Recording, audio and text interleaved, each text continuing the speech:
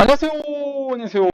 비자 인 코리아 정인닷컴 행사사무소의 창만이 행사입니다. 제가 최근에 올려드린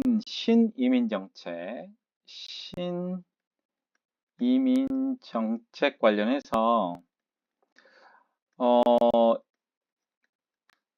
첨단 산업 분야의 외국 고급 인재 K-테크 패스 프로그램 관련해서 하이어 첨단 하이어 제가 정확한 명칭은 어, 탑 티어 비자 관련해서 구체적으로 나와 있는 정보들이 좀 없어서 좀 검색을 해보니까 어, 그 9월 27일에 교육부에서 이게 올라가 있어요.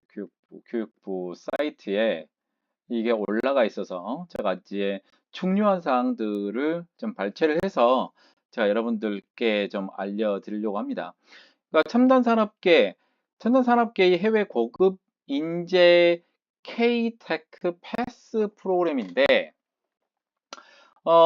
이 비자는 이제 E7 비자로 둘 건지, 이런 비자는 이제, 아니면 E7S로 할 건지, 이거는 구체적으로 좀 봐야 되겠지만, 하여튼, 기존에 나와 있던 어떤 정책보다 굉장히 파격적이다라는 얘기를 좀 들을 거예요.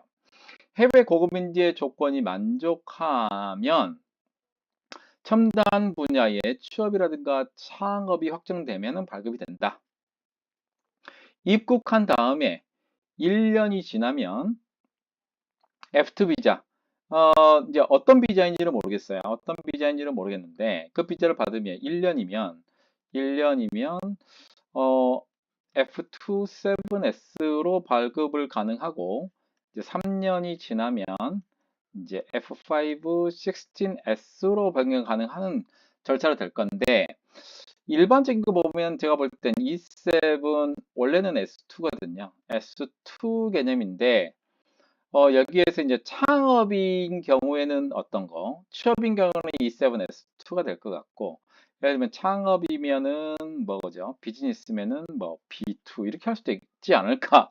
대략적으로 그냥 생각을 해봅니다. 하여튼 E7은 무조건 있어야 되는데 창업 같은 경우는 E7이 아니구나. 창업 같은 경우는 DA4라는 느낌이 들 거고 여기서 예를 들면은 탑뭐 T어 같은 경우는 뭐 4T라고 할 수도 있고 좀 구분하기 위한 뭔가를 좀 정하지 않을까라는 생각이 들고요. 또 전세자금 대출 한도라든가 보증 한도 등을 내국인 수준으로 확대. 그건 이게 무슨 말인가?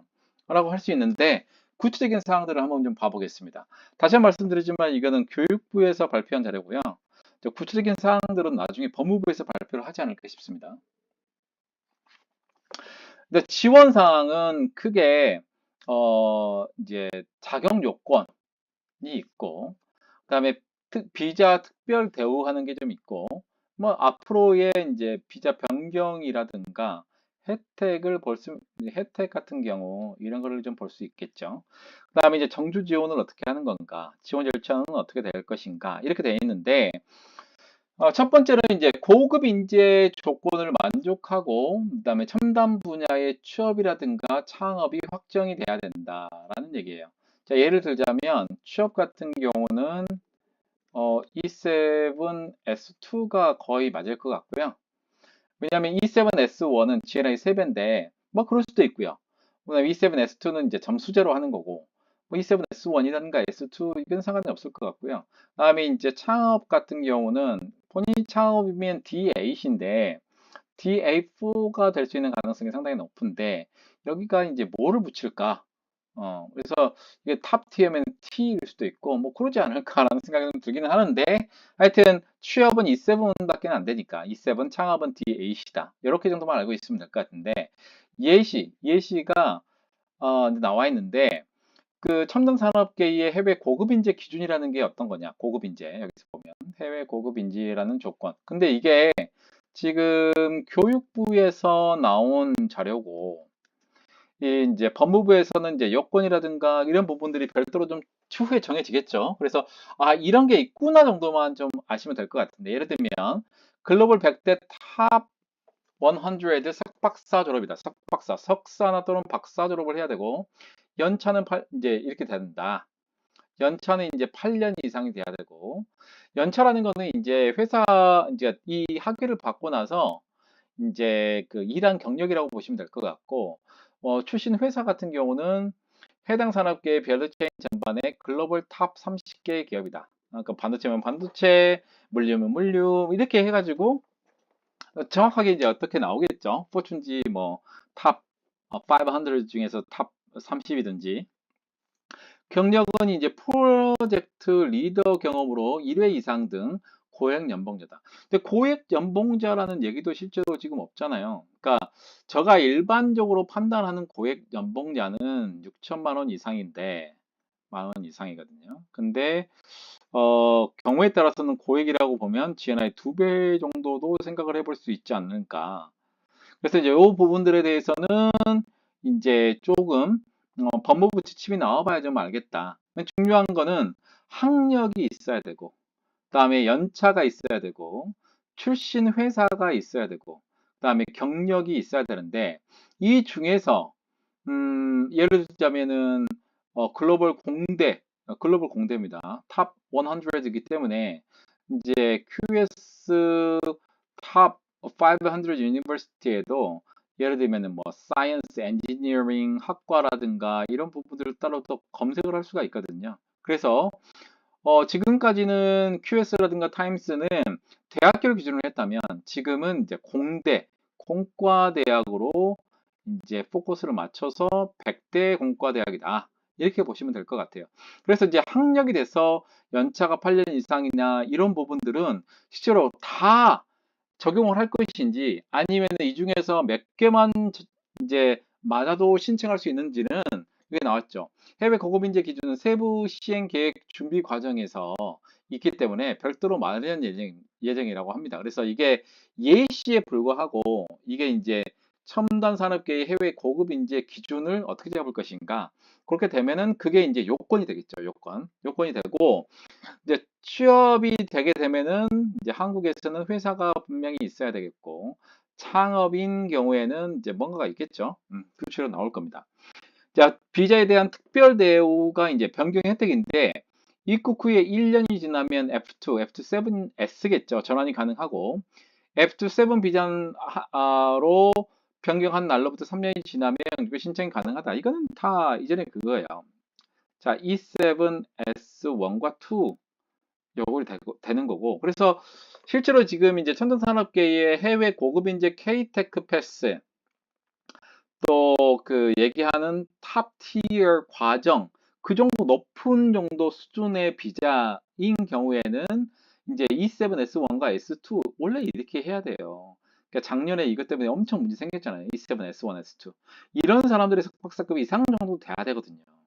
그런 사람들이 이제 1년이 지나면 점수제로 F2, 7S인데 웬만큼 받을 거예요. 그 다음에 이제 3년이 지나면 최 60점 이상의 GNI 한 배 소득으로 F5죠. F5 16S. 이게 정확한 건데, 이제는 좀 이상했죠. F5 16S 정도로 이제 할 수 있는데, 여기서 사회통합 프로그램 3단계가 굉장히 좀 적은 것만 해도 되는 거잖아요. 이렇게 좀 되는 부분이 있다. 비자 심사 기간이 이제 2주, 2개월이 어디서 나왔는지를 모르겠어요. 2개월 이상은 저는 좀 말이 안 돼요. 왜냐하면 일반적으로 사증은 4주 이내가 맞고, 그다음에 비자 변경은 경우에 따라 다르겠지만 일반적으로 4주 이내거든요. 영주권은 제외하거든요. 근데 이게 2개월 이상이 어디서 나온지를 모르겠어요. 정말 모르겠어요. 그다음에 제출 서류 간소화는 내국인의 대체 불가 소명 등이 불효하다. 그러니까 그 글로벌 공대 탑 100대 대학의 석박사를 졸업을 하고 8년 이상이 되거나 뭐 이런 요건을 충족을 하게 되면 뭐 제출 서류는 굉장히 간단하게 되겠다. 뭐 제가 볼 때는 예를 들자면 E7 S2인 경우에 내면 점수도 그랬지만 학위증 플러스 경력증명서 뭐 플러스 뭐 이런 식으로 좀 있지 않을까. 그래서 이제 비자들 신청 굉장히 간단하게 할 거다. 그다음에 이제 이제 회사하고 계약한 사업자, 새로운 사업자 초청해야 되니까 사업자 플러스 더 근로계약서 뭐 이런 거, 그 다음에 뭐 사대보험, 뭐 사대, 뭐 이런 식으로 돼 있겠는데 얼마만큼 줄어들지는 추후에 법무부에서 정책을 구체적으로 코드를 따가지고 얘기했을 때 나오지 않을까. 아직은 지금 코드가 없어요. 자, 근데 동반 입국 허용 범위를 굉장히 확대합니다. 왜냐하면 원래는 대부분 배우자는 미성년 자녀에 포커스는 두는데 이 그 K테크 패스 프로그램으로 들어가는 탑 티어인 경우에는 이 부모나 가사 도우미까지 들어올 수 있다. 솔직히 이 정도 되려면 제가 볼 때는 GNI 진짜 3배 이상일 거예요. 제가 볼 때는 이 사람들이 들어오려면 이 정도, 아니 글로벌 공대 탑 100위 안에 석박사가 들어올 정도면 저거 아는 한도 내에서 GNI 정말로 2배 이상 무조건 넘거든요. GNI 3배 정도 되지 않을까. 근데 원래 앞에서 설명했었지만 가사도우미는 GNI 3배인 경우에 초청할 수 있고요.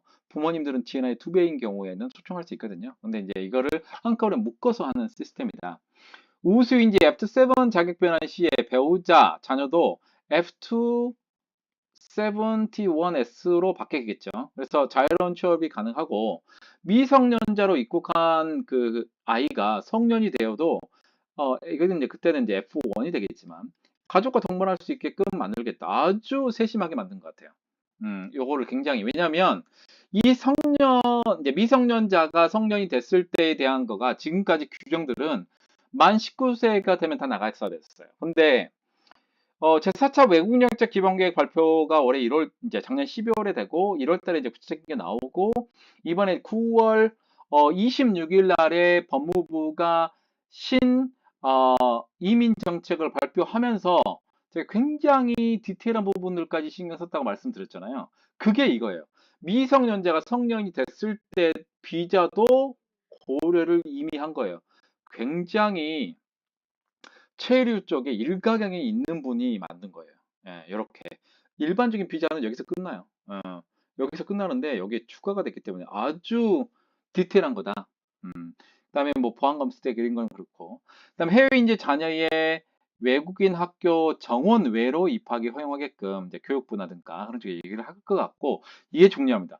전세 대출 한도가 일반적으로 F2 비자 같은 경우는 이제 2억 원 정도 한도인데 내국인 수준인 5억 원까지도 이제 이 사람들이 거주할 수 있게끔 전세 대출하겠다. 왜냐하면은 솔직히 연봉이 1억 원이 넘기 때문에 그래서 이제 그 보증 한도, 전세 보증 한도가 이제 이 정도로 된다. 그래서 내국인 수준으로 거의 맞추기 때문에 굉장한 고인력이라 생각하시면 될 것 같아요. 이거와 더불어서 글로벌 공인중개사를 매칭한다. 아마 영어를 할 수 있는 공인중개사 쪽에 매칭을 해가지고 이런 부분들 문제 없게끔 진행이 되지 않을까. 한국어 교육 등 해외 인재 정착 지원 방안을 마련하고 한국어 교육도 시켜주는 거예요. 첨단 기관의 밀착 지원, 코트라에서 밀착적으로 지원한다. 이런 사람들이 들어오면 들어올수록 좋으니까요. 비자 준비부터 정주까지 밀착적으로 지원을 하고, 외국인 기술자의 근로소득이 10년간 근로소득을 50%도 감소하게끔. 그래서 굉장히 많은 혜택을 받는 거죠. 지원 절차는 초청 기업이 해외 인재의 비자 신청, 그러니까 이제 K테크 패스 서류를 일괄 제출을 하게 되면 이제 여기서 이제 산업부에 제가 볼 때는 산업통상부에서 추천서 신청하는 그 방향으로 가지 않을까 생각이 들고요. 그 다음에 이제 법무부에서 심사하고 이제 비자가 나오는 거죠. 그러니까 원래는 이런 시스템이 어떻게 되냐면 이제 기본적으로 이제 추천서를 먼저 받고요. 추천서 받은 다음에 출입국 사증과에 이제 민원 신청을 하거든요. 이렇게 심사를 신청을 해야 되는 거고 이렇게 들어가는 건데 이제 여기서 산업부에서 모든 걸 담당해 주지 않을 거예요. 여기서 지금 코트라에서 비자 준비부터 정착까지 밀착 지원을 한다고 했는데 이게 코트라에서 이 사증과의 비자 신청까지 도와줄 건지 그 부분들은 이제 추후로 좀 나와야 되는 상황이다. 근데 이거는 굉장한 인원이다.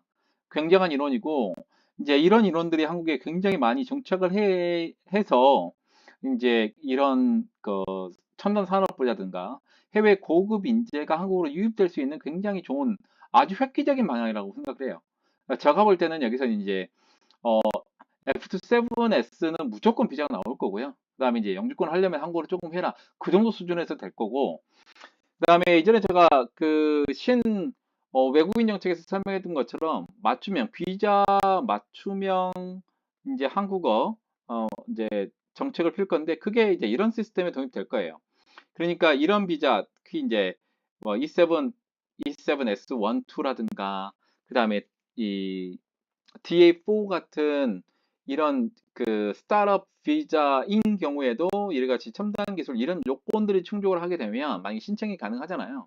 그런 경우에 이제 비자는 최소한으로 이 사람들이 알 수 있는 그냥 이수하는 걸로 끝나는 그러니까 시험보다는 이수의 목적이 듣고 과정을 하게끔 하는 시스템으로 좀 바뀌지 않을까. 그래서 이런 부분들은 상당히 정책적으로 좀 잘 만들어져 가고 있다. 솔직히 제가 생각할 때는 굉장히 디테일. 제가 지금까지 뭐 외국 정책을 제가 전공했던 사람으로 또 행사업을 하고 있는 사람으로서도 이번에 나온 정책들은 아주 다르다. 이전에 나왔던 어떤 외국인 정책보다 엄청 디테일한 겁니다. 그래서 제가 볼 때는 어, 어, 정책본부장님뿐만 아니고 그 담당하고 있는 그 정책본부의 뭐 주무관이나 서기관급들 분들이 실상을 굉장히 많이 반영하고 그 다음 특히 이제 F1 이거 일본도 들어왔는데 미성년자가 성인이 돼버리면 나가야 되잖아요. 근데 요 부분들까지 같이 국내에서 이제 생활할 수 있는 터전을 만들어주는 거죠. 아주 아주 정말 획기적인 거예요. 그래서 상당히 저는 좀 많이 이 비자 시스템이 좀 정착을 했으면 좋겠다라고 생각이 좀 들고요. 네. 자, 첨단 산업계의 해외 고급 인재 탑 티어의 중에 하나가 이제 K-테크 패스 프로그램으로 들어오시는 분들인데 제가 볼 때는 E7, S1이나 2 이렇게 해서 F7S 그다음에 F5, 16S까지 가는 그런 시스템으로 되고 기존에 있었던 것보다 굉장히 디테일하게끔 나올 수 있는 가능성이 있다. 현재 E7, S1하고 S2는 좀 애매한 부분들이 있는데 자격 요건이 아주 정말 명확하다. 그러니까 하이테크로 가지고 있고 임금 그 고급 기술자를 쓰기 때문에 제가 볼 때는 GNI 2배 이상의 소득일 거고요, 이분들은. 그래서 이제 이분들이 한국에 정착할 수 있게끔 상당히 많이 주겠다.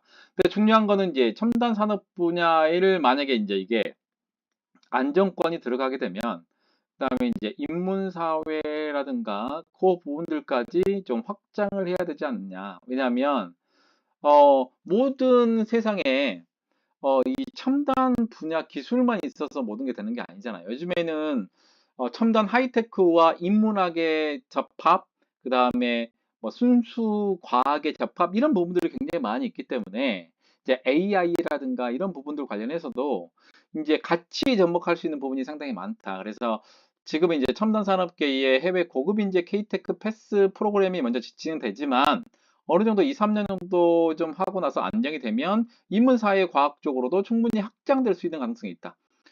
모든 사람들이 첨단 기술 분야에 종사하는 사람들만 이런 혜택을 줄 수만은 없잖아요. 근데 이런 부분들까지 확장해야 AI 쪽으로 조금 더 발전하는데 정말 혁명적인 부분들이 조금 있지 않을까라는 생각이 혁신적인 부분이 있지 않을까라는 생각이 들거든요. 그래서 이제 해외 같은 경우는 이런 쪽도 굉장히 많이 순수한 이제 수학이라든가 물리학이라든가 그런 쪽도 굉장히 많이 하고 여기하고 관련되어 있는 실제로 이제 AI하고 관련되어 있는 또 인문학도 굉장히 중요하다. 연관시켜서 해야 될 거. 그러니까 AI에 관련된 부분들이 대부분들인데 이런 부분들을 얼마 정도까지 확장할 것이냐. 그래서 인문사회 과학 분야까지도 확장될 프로세싱이 좀 있다라고 저는 생각합니다. 그리고 지금 하고 있는 이 정책들 왜 신이라는 새로운 이런 이민 정책이라고 하는지를 알겠어요. 엄청 디테일하게 잘 만들었습니다. 진짜 박수를 보내고요. 그 다음에 뭐 이런 부분들 더 자세하게 나오면은 여러분들께 좀 말씀을 좀 드리겠습니다. 자, 여러분들의 구독자 11,300명이고 9월달 얼마 안 남았지만 12,000명 될 수 있다고 봅니다. 여러분들 큰 좀 힘 좀 주십시오. 예. 자, 오늘은 첨단 산업계의 해외 고급 인재 K-테크 패스 프로그램 그러니까 탑 티어 아주 고급 인재에 관련된 뭐 2주 만에 그냥 비자가 허가되는 거니까 엄청난 하이패스로 좀 진행이 되는 거다. 그래서 여러분들 굉장히 큰 힘이 되겠는데 제가 이제 생각해 볼 때 2주가 왜 그러느냐 2달이 걸린다 그랬잖아요. 근데 보통 한 달 정도 걸리는 게 뭐냐면 추천서 그 다음에 한 달 정도 걸리는 게 비자 신청인데 이제 요 부분들을 제가 볼 때는 획기적으로 2주간에 끝내버리겠다. 그러니까 추천서하고 바로 연관돼서 법무부에서 그냥 비자 심사하고 허가 내주겠다. 이런 뜻 같아요. 제가 보니까 이게 2주란 뜻이 원래 2달 걸렸거든요. 예. 요런 절차가 거치는데 2주로 끝내는 거가 지금 생각해 보니까 이 2달 걸린다는 것도 굉장히 실무적으로 잘 모르면 모르거든요. 제가 추천서도 받아봤기 때문에 코트라에서 그래서 총 해봤기 때문에 제가 아는데 이것도 정말 실무자가 있다. 정말 실무자가. 자, 네, 궁금한 사항이 있으시면 010-6383-3078로 연락을 좀 주시면 될 것 같고요. 여러분들 이제 중요한 사안들 어떤 것들 진행을 하실 때 여러분들이 알고 있는 단편적인 지식만 가지고 좀 믿지 마시고 좀 전문가의 심과 도움 그리고 조력을 받으시면 좀 더 도움이 될 수 있다 이렇게 말씀드리겠습니다. 이상 비즈앤크로의 장인닷컴 행사사무소의 장말 행사 였습니다. 감사합니다.